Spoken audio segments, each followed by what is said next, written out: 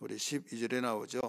12절에 보면 우리가 세상의 영을 받지 아니하고 오직 하나님의 영으로부터 온 영을 받았으니, 하나님으로부터 온 영 성령을 받았으니 그 이유는 이는 우리로 하여금 하나님께서 우리에게 은혜로 주신 것들을 알게 하려 하심이라. 그래서 하나님의 그 은혜를 알게 하기 위해서 성령을 주셨다, 이렇게 가르쳐 주었어요.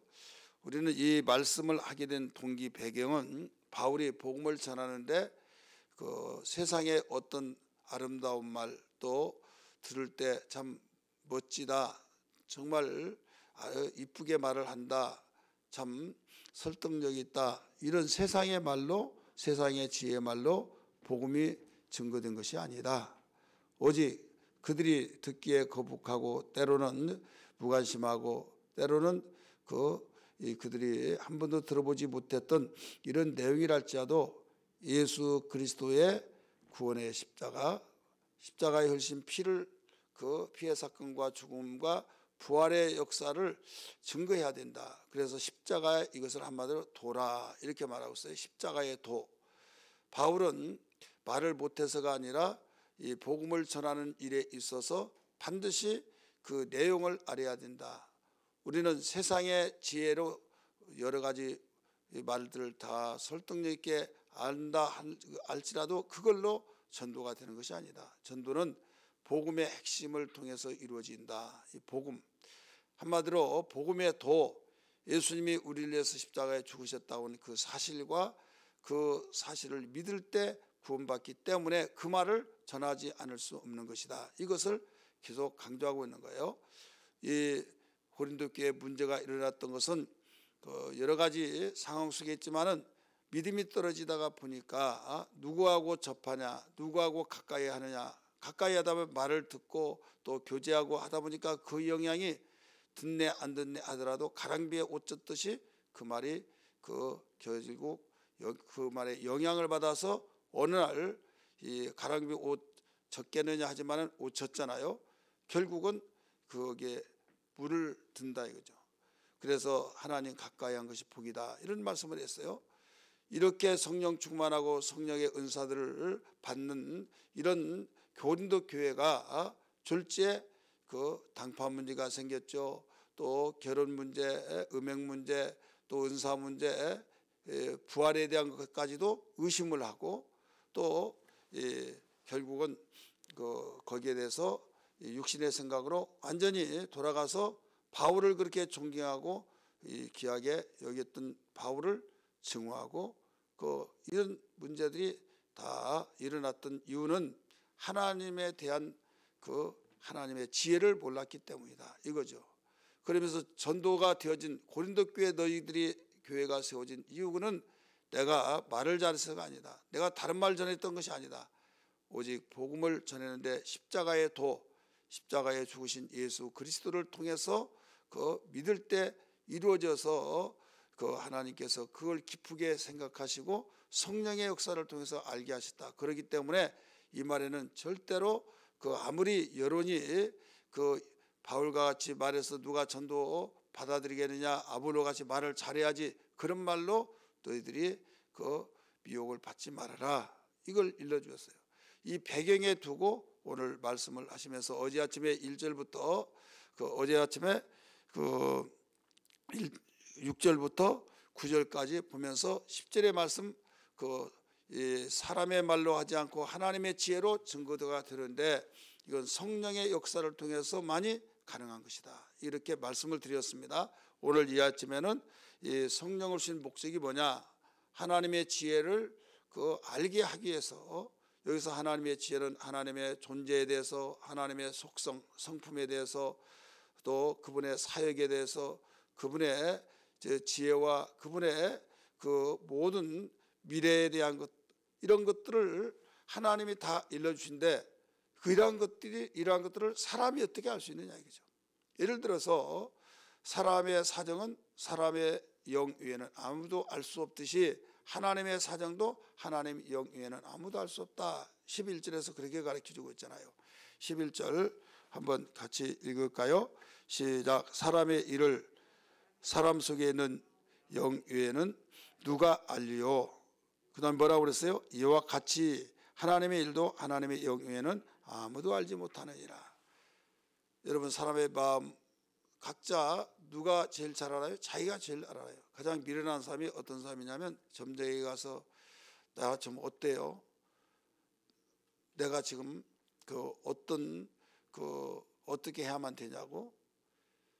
왜 그런가 하면 현재 있는 일을 이야기하다 보니까 앞으로 일어날 것도 다 알아맞힐 줄 알고 점쟁이한테 물어보고 미신에게 빠지고, 이게 어마어마하게 많습니다. 우리는 그냥 내가 안 믿으니까 안 그런 것 같이 생각되지만요, 기독교 복음이 약하고 교회가 사명을 다하지 않을 때 더 왕성하게 자라나요. 곡식밭 때 곡식이 안 되면 풀이 많이 자라나듯이 성령으로 충만하고 교회들이 잠들어 있을 때 미신과 우상을 섬기는 것이 여러분 여기저기서 솟아나서 결국 복음은 힘을 쓰지는 못합니다. 세상이 빛이라고 그랬잖아요. 그런 빛이 어둠을 이겨내야 하는데 어둠이 다 정복해 버렸어요. 이게 가능할까요? 복음이 없는 것이 아니라 구름이 워낙 강하게 덮으니까 햇빛은 낮지만은 비춰지지 않는 것처럼 똑같습니다. 그래서 각 교회마다 성령으로 충만하고 하나님의 영으로 충만할 때 그 모든 것을 우리 물리칠 수 있는 걸 믿기 바랍니다. 해답은 성령의 역사를 통해서만 알 수 있어요. 그래서 11절에 사람의 사정은 사람의 영 외에 누구도 알 수 없다 하면서 이와 같이 이렇게 나오잖아요. 빗대어서 말한 거예요. 이와 같이 하나님의 사정도 하나님께로부터 온 영을 통해서만이 알 수 있다. 그러니까 성령의 역사를 통하지 않고는 하나님의 사정을 알 수 없다.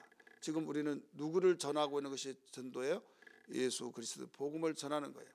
예수님에 대해서. 근데 예수님이 우리가 가시적으로 볼 때는 여자의 몸에서 여인의 몸에서 태어났으니까 우리가 똑같은 사람으로 여기고 있다 이거죠. 사람이 태어날 때 남녀가 함께해서 태어나고 그 다음에 자라나고 죽으면 끝난다. 그리고 조금 유명한 사람들이 지혜 있고 똑똑한 사람이 말할 때 그 말을 믿고 영향을 끼쳐서 성인이 되고 현인이 되어서 그를 총하면 그게 종교가 된다. 그 중에 하나가 바로 기독교 아니냐 이거예요. 그런데 나는 싫다. 종교는 다 똑같다. 이렇게 말을 한 겁니다. 어림없는 소리 하지 말아라. 바울은 이거예요. 너희가 하나님의 지혜를 아냐. 하나님의 지혜를 알 때만이 너희들은 정말 복음의 유력을 알 수 있고 그 하나님의 지혜를 통해서만이 예수를 제대로 알 수 있는데 하나님의 그 지혜를 어떻게 알 수 있냐. 하나님이 보내주신 성령을 통해서 알 수 있다. 그래서 기독교와 성령은 끈을 내끌 수가 없다는 걸 알아야 될 줄 믿기 바랍니다. 복음과의 관계, 우리의 신앙과의 관계, 모든 우리의 신앙생활이라는 것은 성령의 역사가 아니고는 할 수가 없는 거예요. 옛날 농사 지을 때 호미로 그 풀을 메고 또 씨를 뿌리고 또 이 풀을 한두 번 메는 거 아니잖아요. 최하 3번 이상을 메야만 됩니다. 초벌, 두벌, 세벌 이런 말이 있잖아요. 그렇게 하고 또 비료도 주고 들어가서 약을 치고 참 어마어마한 수고 속에서 곡식을 얻게 되죠. 지금 어떻습니까? 지금은 이 풀을 매는 것을 보지를 못하죠. 비닐로 다 덮어서 속에서 다 죽게 하고 또 더 논도록 밭도록 할 때 제초제를 쓰죠. 그래서 그렇게 하고 뿐만 아니라 이제는 기계식으로 다 넓은 들판을 기계로 막 옛날 그 낫으로 베고 그 다음에 그걸 마르도록 널어놓고 또 홀대에 그 벼를 훑어서 또 그걸 검부럭지 다 날리고 또 가만히 담아서 또 멍석에다가 거기에 널고 그 낯가리 칠 때도 비가 오면 또 아주 농부의 마음이 타들어가죠. 어마어마한 그 고통, 어마어마한 어려움, 농사 짓는 것이 그렇게 힘들어서 지금은요 기계로 다 해서 탈곡까지 심는 것도 기계, 또 관리한 것도 기계식으로 다 농약도 치고 그 다음에 베는 것도 베면서부터 뭐가 나오냐, 벼가 다 나와요. 저거 어떻게 할 거냐 그랬더니 이제 건조돼 말려서 나와버리고 이제는 볏집이 없죠. 하얀 뭘로 다 비닐로 다 뭉쳐가지고 나온다 이거죠. 이것을 그 기계식 이거로 한다면 곧 디지털 시대라고 한다면 그 아날로그 시대에 우리는 디지털 시대를 이겨낼 수가 없다 이거죠. 마찬가지요. 사람의 지혜로 어떻게 하나님의 그 지혜를 알 수 있느냐. 사람의 지혜로서는 절대 알 수 없다. 왜 디지털 시대는 이렇게 편리하고 정말 너무나 무시무시하기 때문에 하나님은 또 산다 할 정도로 그 디지털 시대를 통해서 세상이 바뀌어졌던 것은 아는데 하나님의 지혜는 부정하느냐 이거죠. 하나님의 지혜 없이는 예수를 알 수가 없다. 복음도 알 수가 없다. 듣는데 깨달을 수도 없다. 첫째도 둘째도 셋째도 넷째도 그 이상도 성령의 역사를 통해서만 안다. 이렇게 일러주고 있습니다. 그러면서 12절에 하는 말씀이 여기에 세상에서 그렇게 원하고 알려고 했던 것을 예수를 믿는 사람들은 오히려 미련하게 보인다 이거죠. 그러나 하나님의 영으로 모든 사람에게 주셔서 예수를 알게 하셨다. 은혜를 알게 하기 위해서 성령을 주신 것이다 라고 일러주셨잖아요. 다시 한번 12절 봅니다. 시작. 우리가 세상의 영을 받지 아니하고 오직 하나님으로부터 온 영을 받았으니 이는 그 이유는 뭐라고 그랬어요? 우리로 하여금 하나님께서 우리에게 은혜로 주신 것들을 알게 하려 하심이라. 은혜로 주신 것들, 은혜가 어떤 은혜가 가장 커요? 공기를 주신 것도 은혜지만은 여기에서 가르쳐주고 있는 배경은 예수 그리스도를 주시는 은혜, 예수 그리스도를 주신 그 은혜, 예수로부터, 예수가 하나님의 지혜요 하나님의 능력이라고 했잖아요. 예수로부터 우리에게 주시는 그 모든 약속, 그로 인하여서 얻어진 모든 그 은혜들을 알게 하기 위해서 성령을 주셨다 그랬어요. 자, 돈이면 다 한다 이런 말이 있잖아요.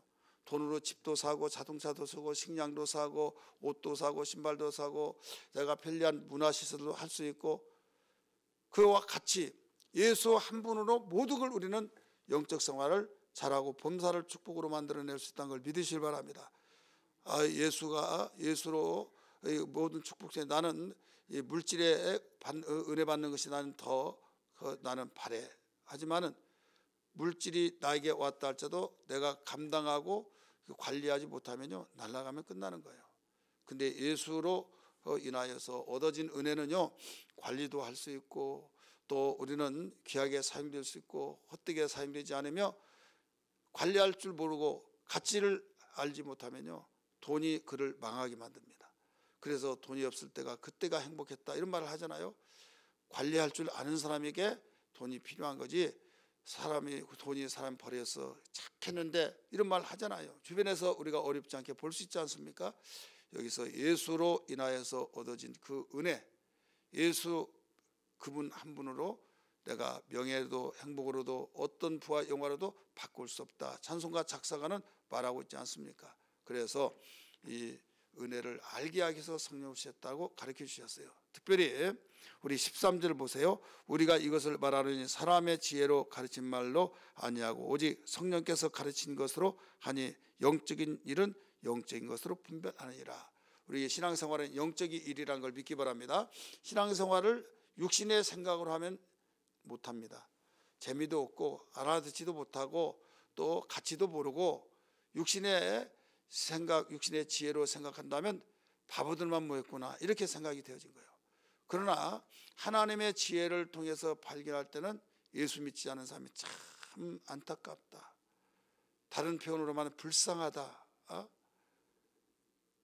정말 미련하다 이렇게 보여지고 느껴지고, 이론이 아니고 입술만 말하면서 가슴속에 파고 들어오니까 똑같이 그렇게 열심히 살아보고 가정을 행복하게 만들고 몸부림치더라도 예수 믿지 않은 자기 남편과 자기 자녀들이 그렇게 안쓰럽고 불쌍하고 참 너무 예수 믿으면 만점인데 하면서 너무 가슴 아파한 것이, 여러분 만약에 예수를 믿으면서 이런 마음이 없다고 한다면 성령의 역사로 보지 않은 거예요. 하나님의 영으로 보지 않는 거예요. 자신 먼저 여러분 그 영적의 눈이 열려져야 될 줄 믿습니다. 시편 119편에 보니까 하나님 기이한 눈을 열어서 하나님의 세계를 보게 해달라고 기도했던 것을 발견할 수 있습니다. 그래서 오늘 13절의 말씀과 같이 서로 불쌍하다고 하는 거죠. 왜 그러냐? 어떤 지혜로 보느냐에 따라서 달라지는 거예요. 우리는 하나님의 지혜로 볼 때 이 세상을 볼 때 아무리 부와 영화를 가졌다 할지라도 그게 가장 부자다고 부유하다고 행복하다고 하지만은 아닌데, 그러니까 흔들리겠어요? 안 흔들리겠어요? 안 흔들리죠. 근데 교회를 다니고 예수 믿으면서도 예수 믿어서 잘 된다고 잘 된 것도 하나도 없고 하다 보니까 시험 들고 미혹을 받는 거죠. 그래서 15절 16절을 가르쳐 준 겁니다. 15절 무슨 말씀이 나옵니까? 15절에 신령한 자는 모든 것을 판단하나 자기는 아무에게도 판단을 받지 아니하니라. 이 뜻이 무슨 뜻일까요? 15절 신령한 자 곧 성령 받는 자는 모든 것을 알고 깨달지만은 자기 자신을 하나님의 근거를 두고 있는 자인 만큼 인간들의 그 모든 판단에 의해서 좌우되지 않는다, 이 뜻이에요. 바로 나는 하나님의 그 지혜를 가지고 모든 것을 분별해서 내 가치관은 흔들림이 없다. 그러니까 나는 사람들이 불쌍하다, 안 됐다, 예수 믿는 사람이 하더라도 나는 거기에서 자유자가 되고 거기에 개치 않는다. 그래서 나는 그들의 판단을 받지 않는다, 이 말씀이에요. 여기에 아무에게도 판단을 받지 아니하니라, 이 뜻이 그 뜻이에요. 여러분, 예수 믿으면서 내가 예수님 믿지 않는 사람들, 또 교회를 다닌다 하더라도 성령의 역사를 보지 아니하고 육신의 판단, 육신의 지혜를 가지고 나도 똑같이 교회 다니지만 그 집사님은 참 안쓰러워요, 왜 그렇게 예수를 믿는가 모르겠어, 막 이런 사람들 여러분 들을 수 있어요, 없어요? 들을 수 있죠. 근데 또 예수 믿고 성령 충만한 사람은 그게 다간 있음이 필요하지만 그것도 내 마음대로 되는 것이 아니라 하나님이 주셔야지 하면서 오직 하나님 잘생긴 것이 복이다, 똑같이 바란다 이거죠. 근데 아무리 그 주변의 사람들이 육신의 생각으로 사람의 지혜로 말을 해서 공격해오듯이 한다 할지라도 나는 누가 나를 판단하지 못한다. 나는 분명히 하나님 잘생긴 것이 복 받는 것이다, 이것을 가지기 때문에 누구에 의해서 흔들릴 자가 아니다, 이 뜻이 15절의 말씀이에요. 16절을 거기 보면 곧바로 누가 주의 마음을 알아서 주를 가리키게 했느냐, 이렇게 나오죠. 이 말은 16절의 앞에 어떤 헬라 원어에 보면 거기에 가르라고 하는 단어가 붙어요. 가르. 이 말은 왜냐하면, 이 말이에요. 16절에 왜냐하면 누가 주의 마음을 알아서 주를 가리키게 하느냐. 왜냐하면 이것은 15절의 말씀 아무에게도 판단을 받지 않으니라. 곧 신령한 자, 성령 충만 받는 자는 아무에게도 판단을 받지 않는다. 왜냐하면 주님의 마음을 내가 가지고 있기 때문이다. 주님의 마음은 온전한 마음이요 오직 그분의 마음은 후회 없는 마음이요 영원한 하나님의 행복의 마음이고 승리의 마음이요 영광의 길로 가는 마음이기 때문이다. 이렇게 가르쳐주고 있습니다. 그래서 우리 영의 사람이 되어야 될 줄 믿습니다. 성령 오신 목적을 바로 알고 흔들리지 말고 주변에 성령 충만하지 않고 영의 소리를 하지 않냐고 하나님의 지혜로 살지 않고 세상의 지혜로 살다 보니까 계속 그런 소리를 듣다 보면 내가 잘못 믿나, 이렇게 흔들리지 말라 이거죠. 누가 우리를 알아주냐, 나를 알아주지 않고 나 너무 외로워, 그렇게 생각하지 말고 오직 하나님이 나를 인정해 주신다. 성령을 주신 목적이 이걸 깨닫게 하기 위해서, 알게 하기 위해서 주셨다. 이 확신 가지고 승리의 삶이 계속 진행되기를 주의 이름으로 축복합니다. 할렐루야.